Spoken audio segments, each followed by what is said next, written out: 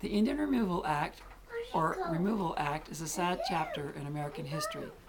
It is part of President Andrew Jackson's legacy. He called for it in his State of the Union address in 1829 and eventually passed in Congress after a bitter dispute. Jackson signed it into law in 1830.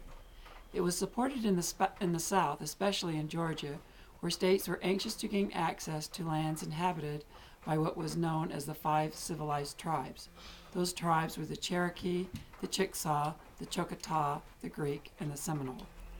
President Jackson hoped that by removing the tribes from their homes, it would resolve the Georgia crisis.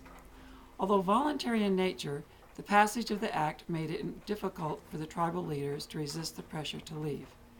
There were those that opposed the act. For instance, Christian missionaries, in particular Jeremiah Evarts, and then there was also in Congress the New Jersey Senator Theodore Frelinghuysen.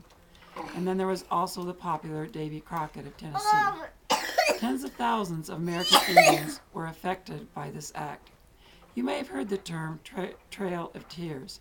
This describes how many Native Americans suffered from exposure, disease, and starvation while en route to their destinations.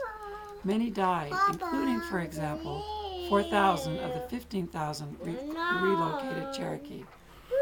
The removals continued for almost a decade until 1838, and I'd like to thank my grandson, Stephen, for helping me.